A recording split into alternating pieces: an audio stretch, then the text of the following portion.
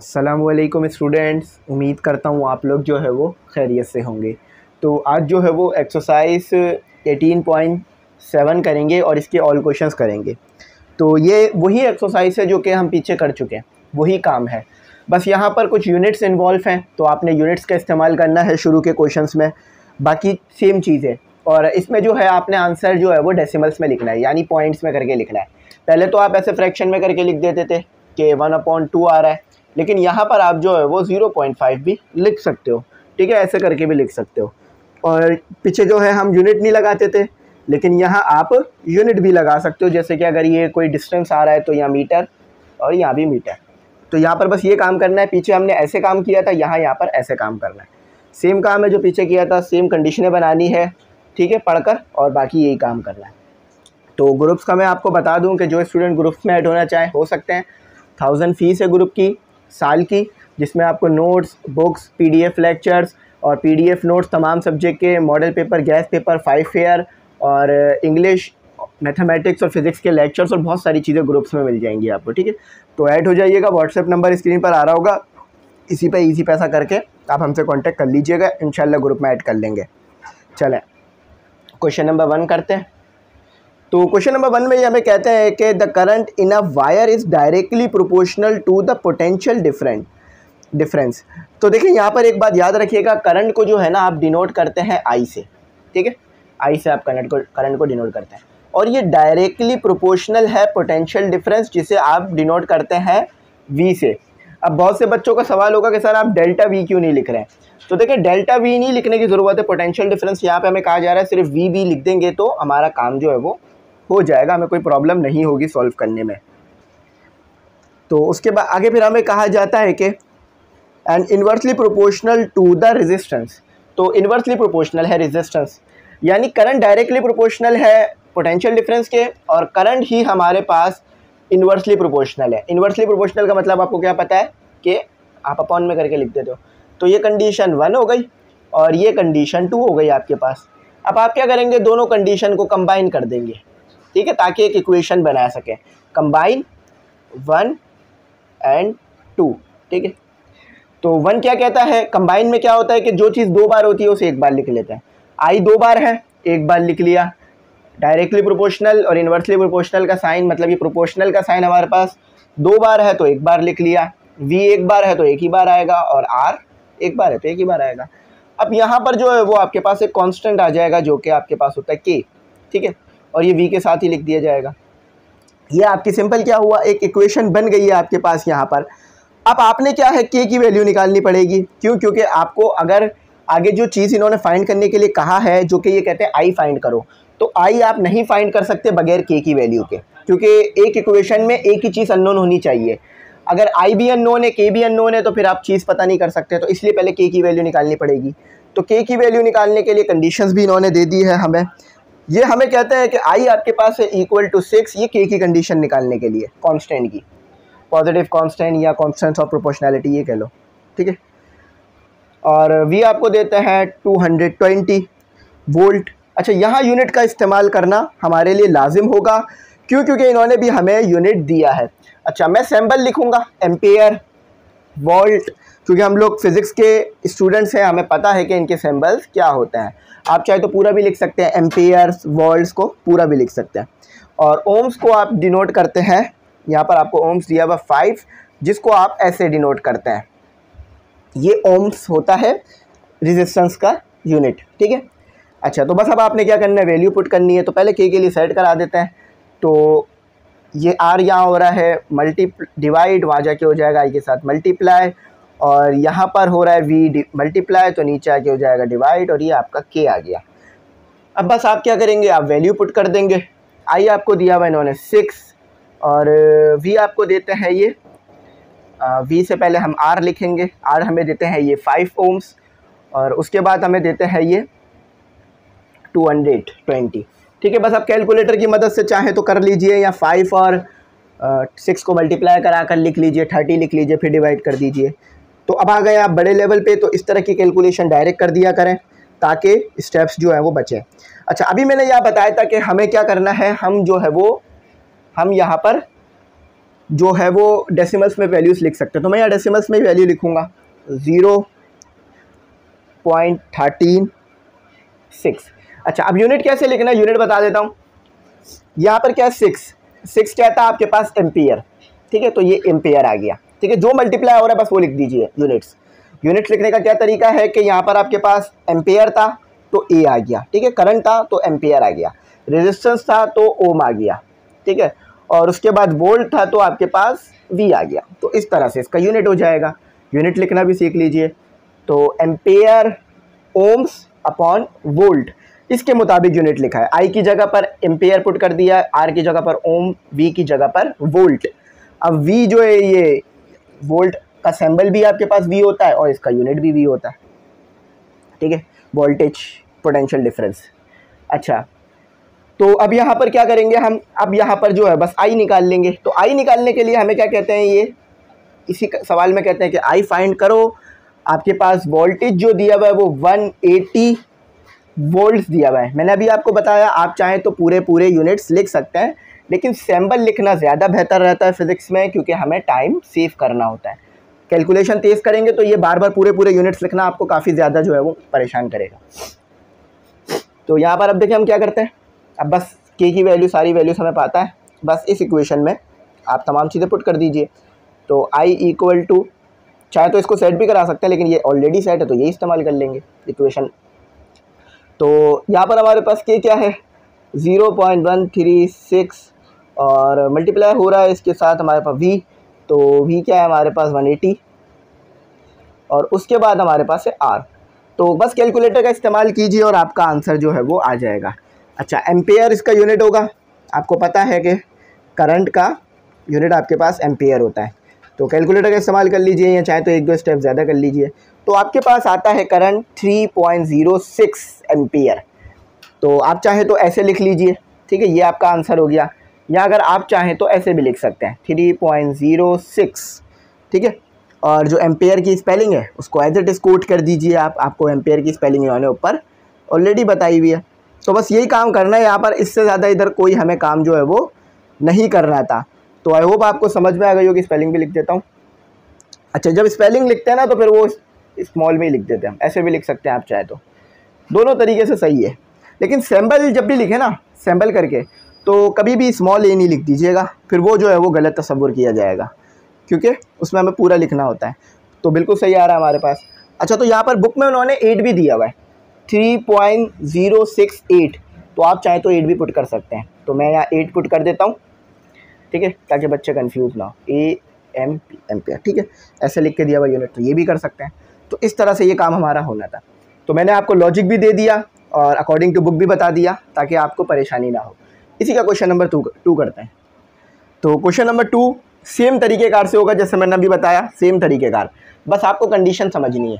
अब आ गए आप मैट्रिक में, तो मैट्रिक में सिर्फ कंडीशनें ही है आपके पास, वो अलजेब्रा ख़त्म हो गई है आपके लिए। यहाँ अब अलजेब्रा आपके पास कंडीशनों में ही मौजूद होगी, अलग से आपको अलजेब्रा सॉल्व नहीं करेंगे। द इंटेंसिटी ऑफ लाइट, देखिए इंटेंसिटी ऑफ लाइट को हम कहते हैं IV, अगर उसको सिंबलाइज करके लिखना चाहें आप, क्योंकि मैंने बताया है कि अगर आप इंटेंसिटी ऑफ लाइट लिखेंगे तो फिर इक्वेशन कैसे बनेगी। फॉर एग्जाम्पल यहाँ पर आप लिख रहे हैं करंट, ठीक है, और डायरेक्टली प्रोपोर्शनल दिया हुआ है वोल्ट, तो फिर ये तो आप इस तरह तो सिर्फ यही लिखते रह जाएंगे पूरे पेपर में। तो डायरेक्ट लिखेंगे हम I और डायरेक्ट लिखेंगे हम वोल्ट। तो इसके लिए हमें क्या होगा, हमें पता होना चाहिए कि करंट के लिए क्या सिंबल इस्तेमाल होता है और वोल्ट के लिए V सिंबल हमारे पास इस्तेमाल होता है, स्मॉल v नहीं कैपिटल V। ठीक है, तो इसको रिमूव करते हैं। तो बिल्कुल यहाँ भी ऐसी है, ल्यूमिनस इंटेंसिटी ऑफ लाइट, ये हमारे पास एक बेस क्वांटिटी है। तो इसको देख लेते हैं कैसे करना है।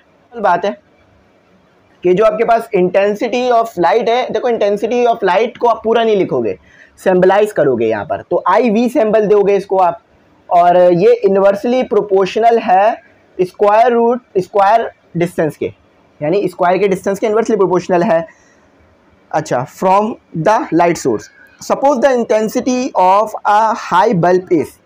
अच्छा, सबसे पहले आपने क्या करना है, इसको इक्वेशन की फॉर्म में ले आना है। आप अच्छी तरीके से जानते हो कि जब प्रोपोर्शनल का साइन हटता है तो इक्वल लगता है और कांस्टेंट आता है, जिसे आप पॉजिटिव कांस्टेंट या कांस्टेंट ऑफ प्रोपोर्शनैलिटी भी कहते हो। ये हो गया। अब इसे के लिए सेट करा दो, तो ये V छोटा सा करके इधर आएगा और D का स्क्वायर। तो तो ये आपका क्या आ गया, के के लिए सेट हो गया। आपको आई वी ये देते हैं फुट में देते हैं, फुट कैंडेलास में देते हैं, फुट कैंडेलास। तो फुट कैंडेला लिख देते हैं इसका। यहाँ पर हमें कितनी वैल्यू दी हुई है, इन्होंने दी हुई है 0.08, 0.08। तो एफ लिख दीजिए फुट के लिए और सी डी कैंडेलास को सिंपलाइज करके शॉर्ट फॉर्म लिखते हैं इसकी। तो अब इसी तरह मैं पूरा यूनिट लिख रहा होता तो आपको पता है कितना मुश्किल होता। अच्छा, डिस्टेंस जो है वो आपके पास मीटर होता है, 3 मीटर दिया हुआ है, तो मीटर का आपको जो सिंबल इस्तेमाल करते हो वो स्मॉल एम कर लेते हो, बस आप पुट कर दो वैल्यूज़ को। तो आई दिया हुआ है आपको 0.08 और ये 3 का स्क्वायर आ जाए आपके पास, ठीक है। तो अब इसको बस सॉल्व करा दो, 9 कर लो, 1-2 स्टेप ज़्यादा कर लो अगर आप चाहते हो तो, या डायरेक्ट कैलकुलेटर से भी सॉल्व कर सकते हो। तो के की वैल्यू यहीं लिख देते हैं ताकि वहाँ पर हम अपना नेक्स्ट काम कर लें। छोटा सा इसका आंसर है, ज़्यादा कोई बड़ा ये नहीं है। तो 0.08 मल्टीप्लाई बाय 9 आपके पास कितना देगा, 0.72। अब यूनिट क्या बनेगा, सी डी एम मीटर, ठीक है, सी डी एम ये बनेगा कांस्टेंट का यूनिट। अब देखें यहाँ पर हुक का बाकी काम क्या हो रहा है वो देखते हैं। तो बकिया काम में हमारे पास कहते हैं कि आगे कहते हैं कि आई पता कर लो, इंटेंसिटी ऑफ लाइट पता कर लो। कहते हैं कि आपको find the intensity level at 8 meter, at 8 meter पे जो है वो इंटेंसिटी लेवल पता करो, ठीक है। तो यहाँ पर ये देते हैं आई वी के और डी का स्क्वायर। तो मैं लिख देता हूँ 8 और यहाँ आ गया मेरे पास 8। अच्छा ये 8 नहीं आएगा, ठीक है, ये तो हमारे पास आया था 0.72 और ये स्क्वायर। 2 तरीके हैं आपके पास, 8 का स्क्वायर ले लो, ठीक है। मैं बार बार ये चीज़ इसलिए बता रहा हूँ ताकि अब आप जो है ना वो शॉर्ट तरीके से भी सवालों को सॉल्व करना शुरू करें। ऐसा ना हो कि हम पूरा ही बस लिखते जा रहे हैं, स्टेप्स बढ़ाते जा रहे हैं। 64, ठीक है। तो 8 का स्क्वायर आपको पता है अच्छी तरीके से 64 आता है। तो बस आप आई वी लिख दो यहाँ पर। तो आपके पास 0.72 डिवाइडेड बाय 64, तो आंसर आता है आपके पास 0.00125 कह लो। और पूरा यूनिट लिखना चाहो तो फुट कैंडेलास लिख सकते हो, या आप चाहो तो FCD लिख सकते हो। लेकिन इसके बुक में आपको जो है वो पूरा यूनिट ही लिख के दिया होगा, तो मैं पूरा ही यूनिट लिख देता हूँ ताकि वो बच्चे जो बुक को फॉलो करेंगे उन्हें मुश्किल ना हो। हम सभी बुक को फॉलो कर रहे हैं लेकिन तरीक़ेकार भी जो है वो एक वाज़े है हमारे पास कि भाई किस तरह से काम करना है। तो आंसर बिल्कुल ठीक आया है। आई होप कोई प्रॉब्लम नहीं हुई होगी आप लोगों को समझने में, ठीक है। थोड़ा सा मैं इसको इधर कर देता हूँ ताकि आपको यूनिट्स और बेहतर आ जाए, ठीक है। ये इसका छोटा सा सोल्यूशन था। नेक्स्ट क्वेश्चन करते हैं, क्वेश्चन नंबर 3। तो स्टूडेंट आपके पास तो यहाँ पर क्वेश्चन नंबर जो है वो 3 है।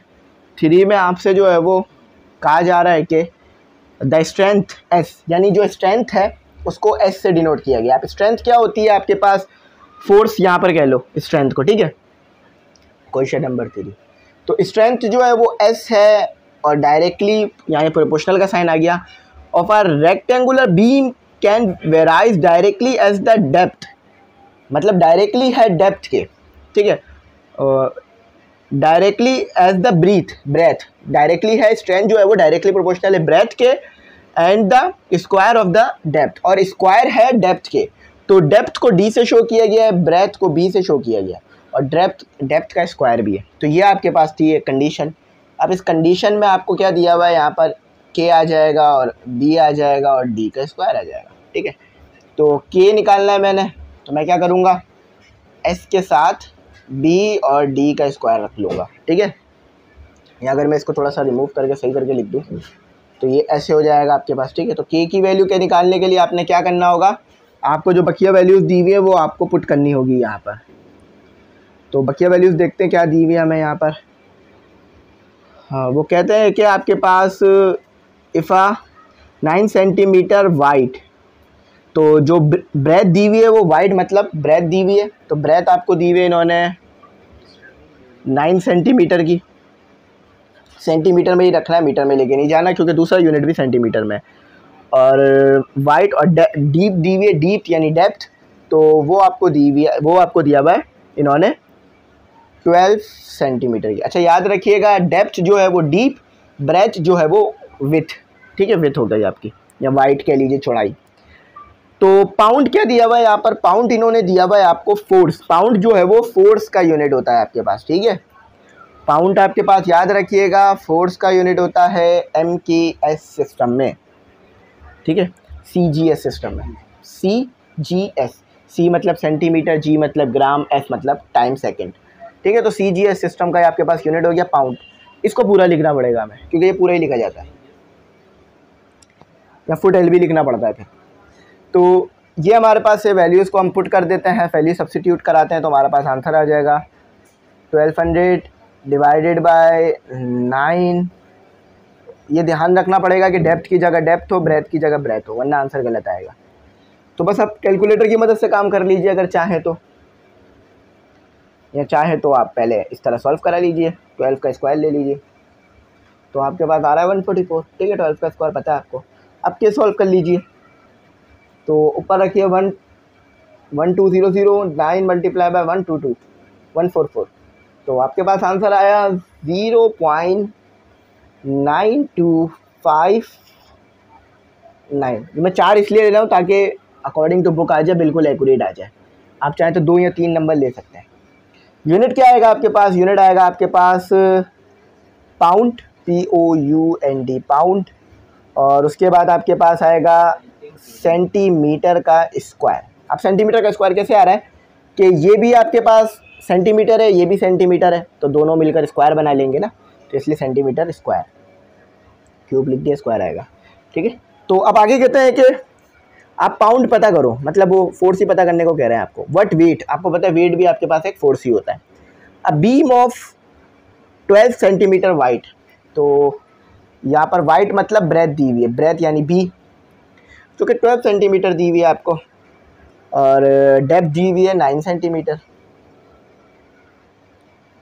तो ये दी हुई है आपको 9 सेंटीमीटर, और इसका आपको स्क्वायर लेना होगा, वो उधर ले लेंगे। तो फॉर्मूला लिख देते हैं, हम लिख देते हैं S = KB/D का स्क्वायर, और आपके पास आ गया 0.9259, और ये आ गया आपके पास B कितना दिया हुआ है 12, और ये दिया हुआ है 9 का स्क्वायर, ठीक है। अच्छा 0.9259 12, और ये हो गया आपके पास 81। अच्छा अब सबको एक साथ भी मल्टीप्लाई करा दो ताकि जल्दी हमारा आंसर निकल आए। तो 0.9259 multiply by 12 multiply by 81, the answer is, answer ये आ रहा है, देखो ये आ रहा है आंसर 99, और उसके बाद भी 974। तो ये अप्रॉक्सीमेटली इक्वल आ रहा है मेरे पास 900 के। देखो यहाँ पे 9 आ रहा है ना, तो बिल्कुल 900 के इक्वल आ रहा है ये, कि अगर मैं इसे राउंड ऑफ करूँगा तो ये 900 कर देगा उसे। तो मैं यहाँ लिख देता हूँ ये 900 आ रहा है हमारे पास पाउंड, POUND पाउंड। याद रखना ये फोर्स का यूनिट होता है पाउंड। ये आंसर है आपका, चाहो तो इसको पीछे से मैच कर लेना, इंशाल्लाह आंसर सही आया होगा। तो अब आ जाते हैं क्वेश्चन नंबर 4 की तरफ। तो स्टूडेंट अब जो है वो क्वेश्चन नंबर 3 तो हो गया है, बल्कि क्वेश्चन नंबर 4 और 5 आसान क्वेश्चन है। बस यहाँ पर आपको जो है ना वो थोड़ा सा स्टैटिस्टिक्स का या कॉमर्स का काम कह लीजिए वो दिया हुआ है, बाकी क्वेश्चन बहुत आसान है। आई होप हम लोग एक ही टाइम में कर लेंगे ये, ठीक है। तो कहते हैं कि लेबर कॉस्ट वेराइज जॉइंटली या डायरेक्टली, ठीक है। ये कॉस्ट की स्पेलिंग भी गलत लिखी हुई है, वो कॉस्ट लिखा हुआ है तो उसे कॉस्ट कर लीजिएगा। तो लेबर कॉस्ट जो है ना उसको C है, ठीक है, वो डायरेक्टली डिपेंड कर रही है नंबर ऑफ लेबर्स पर। यानी आपको तो अच्छी तरीके से ये बात पता है कि अगर आप 10 मजदूर लोगे तो आपको कम पैसे लगेंगे, और अगर 20 मजदूर लोगे तो ज़्यादा पैसे लगेंगे। तो यानी डायरेक्टली डिपेंड करेगा, जितने ज़्यादा मजदूर बढ़ाओगे उतने ज़्यादा पैसे बढ़ेंगे, यानी कॉस्ट बढ़ेगी। अच्छा, और इसी के साथ जितने ज़्यादा डेज बढ़ाओगे उतनी ज़्यादा कॉस्ट बनेगी। यानी फॉर एग्जांपल एक घर 10 दिन में बनना था, आपने 20 दिन में बनाया, तो पैसे डबल हो गए या नहीं हो गए? क्यों? क्योंकि ये जो मजदूर थे इन्होंने भी तो काम किया ना 10 दिन और, तो पैसे डबल। तो यहाँ पर कह रहे हैं कि as the number of the worker and average number of days, यानी जो कॉस्ट है वो डायरेक्टली डिपेंड कर रही है आपके पास n पर। जितने ज़्यादा मजदूर होंगे उतनी ज़्यादा कॉस्ट होगी, जितने ज़्यादा डेज लोगे उतने ज़्यादा कॉस्ट होगी। ये तो अंडरस्टूड सी बात है, हमें समझ में आती है, ठीक है। अगर कोई घर बना रहा है, किसी के अम्मी अब्बू घर बना रहे हैं, तो वो उनसे ये सवाल करें कि अम्मी अगर मैं, या अब्बू से बोलें कि अब्बू अगर हम ज़्यादा वर्कर लेंगे तो पैसे कम लगेंगे या ज़्यादा? तो आपके अब्बू बोलेंगे बेटा बिल्कुल ज़्यादा पैसे लगेंगे, क्योंकि पहले आप 10 वर्कर से काम करवा रहे थे, अब आप 20 से करवा रहे हैं। अच्छा, अब आप क्या करते हैं कि 10 दिन के बजाय 20 दिन में घर बनाते हैं, तो फिर आपको और डबल पैसे लगेंगे। तो डायरेक्टली यहाँ भी लिखा हुआ है और फिर आपको बात भी समझ में आ रही है, ठीक है। तो इसके कोई यूनिट्स तो हम नहीं लिखेंगे ना। तो सी इधर ले आओ, एन और डी इधर ले आओ और के इधर ले आओ। तो सी क्या है आपके पास, कॉस्ट जो कि दी हुई है आपको 9000, मतलब 100 वर्कर्स ने काम किया 15 दिन तक, तो 9000 रुपये आपको कॉस्ट पड़ी। तो कॉस्ट हो गई है। एन आपके पास है नंबर ऑफ इस वर्कर्स जो कि 100 है, आपको यूनिट नहीं लगेगा, ठीक है बेटा। और डेज आपके पास 15 दिन है भाईजान, तो कांस्टेंट निकाल लो अल्लाह का नाम लेकर, 9000। और ये कांस्टेंट जो है अभी हमें नहीं पता किस तरह का कांस्टेंट है, तो जब हम इसे डिटेल में पढ़ेंगे तो पता चलेगा ये क्या कांस्टेंट है। अक्सर बच्चे पूछ जाते हैं कि सर ये कांस्टेंट क्या होता है। वो कांस्टेंट का तो हमें भी यही बताया जाता था कि वो जिसकी वैल्यू तब्दीली ना हो। अब ये सही जवाब नहीं होता, कांस्टेंट का मतलब ये नहीं होता सही जवाब कि भाई, मतलब ये मुकम्मल जवाब नहीं है कि जिसकी वैल्यू तब्दीली ना हो। बहुत से ऐसे कांस्टेंट हैं जो कि मटेरियल और चीज़ें चेंज होने की वजह से चेंज हो जाते हैं, तो कांस्टेंट को बहुत स्टडी करना पड़ता है, ये भी एक काफ़ी मुश्किल चीज़ है। तो भाई डेज मैंने लिख लिए, पहले लिख लिए, फिर मैं 100 वर्कर्स लिख लेता हूँ। तो अपना क्या हिसाब बना, के क्या आया अपने पास, क्योंकि के इस्तेमाल से ये फिर आगे बढ़ना होगा मैं। तो 9000 डिवाइडेड बाय 15 मल्टीप्लाई बाय 100, तो 15000 डिवाइडेड बाय 9000 डिवाइडेड बाय 15000 तो 6 आ रहा है। आपको यूनिट तो नहीं डलेगा आपके पास, कॉमर्स में कहाँ यूनिट इस्तेमाल करता है। अच्छा, तो अब क्या आ गया, अब इसी कंडीशन को इस्तेमाल करो। कह रहे हैं कि कॉस्ट बताओ, फाइंड द लेबर कॉस्ट बताओ। अगर आपके पास वर्कर यानी एन जो है वो आपके पास 300 बंदे हैं, 300 वर्कर्स हैं, और डेज जो है वो आपके पास कितने हैं, आपने 20 दिन काम कराया। चलो मैं इधर डेज लिख देता हूँ और यहाँ वर्कर लिख देता हूँ, ठीक है। अगर कंफ्यूज हो रहे हो तो नहीं हो गए, ठीक है। अब यहाँ पर सॉरी, तो चलो अब इसको करते हैं। हाँ, तो भाई क्या करना है, इस इक्वेशन में पुट करना है ना, सी निकालना है ना। तो के आपके पास आया था 6 और 300 हमारे पास मज़दूर साहब भाई हैं, और 20 दिन हमने लिए हैं काम करने के लिए।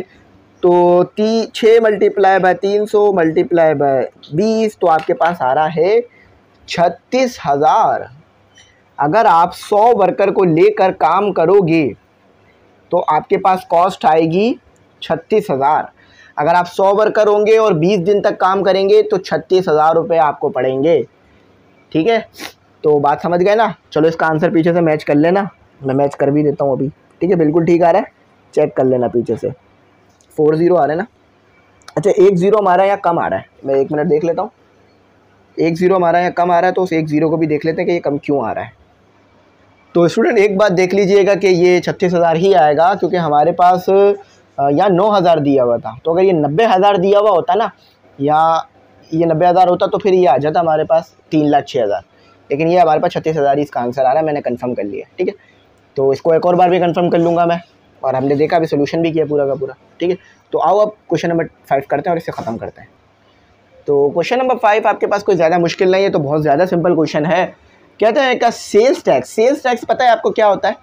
आपको पता है महंगाई बढ़ रही है, इन्फ्लेशन बढ़ रही है, इन्फ्लेशन हो रही है बहुत ज़्यादा। इन्फ्लेशन नहीं होता, इन्फ्लेशन होता है। तो महंगाई बहुत ज़्यादा हो रही है, और महंगाई को हम क्या कहते हैं इंग्लिश में? इन्फ्लेशन।